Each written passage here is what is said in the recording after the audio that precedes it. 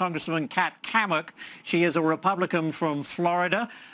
Welcome in. I'm so glad we got the gremlins sorted out for you, Congresswoman.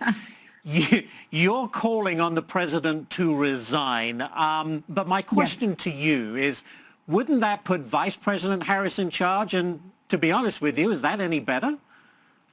No, I mean, our options aren't great at this point in time. But if the president is serious about his comments of the buck stops with me, well, then that means that the commander-in-chief, as chief decision maker, responsible for the total and utter failure of this withdrawal, the lives that have been lost, this is on him.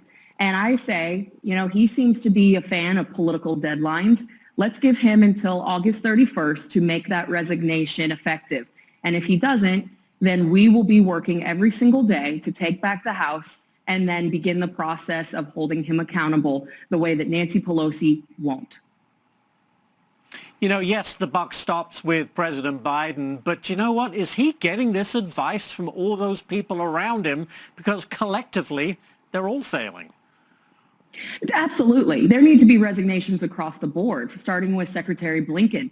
You know, this is truly an utter and total failure of leadership across the board, from SecDef, which I opposed personally, the waiver to that Congress granted so that he could be confirmed as Secretary of Defense, of course, down to General Milley. And we know that there are positions of leadership that come with accountability, transparency, and responsibility. And when things go sideways, you have to be accountable to your actions. But beyond that, you look at what this president has said and hasn't said. He will not give us a number of Americans and our allies and our SIVs that have been left behind on the ground. So I am calling on my colleagues, Republicans and Democrats today, to release the numbers in their offices that they have of individuals, Americans, that they are working to try to bring home. In my office, it's 682. 682 people from my district that have been left behind. Now, we know that this is going to be an estimate, but it gives us a baseline so we can plan how many military assets do we need to have,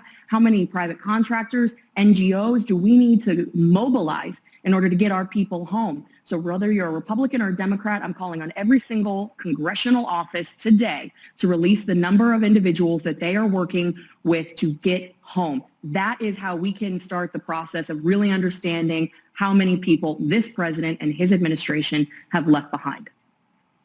Yeah, and I have a feeling they don't really know, but we'll have to leave it there. Congresswoman Cammack of Florida, thank you so much for joining us this morning. I'm glad we could figure out those technical difficulties. Great to speak to you this morning.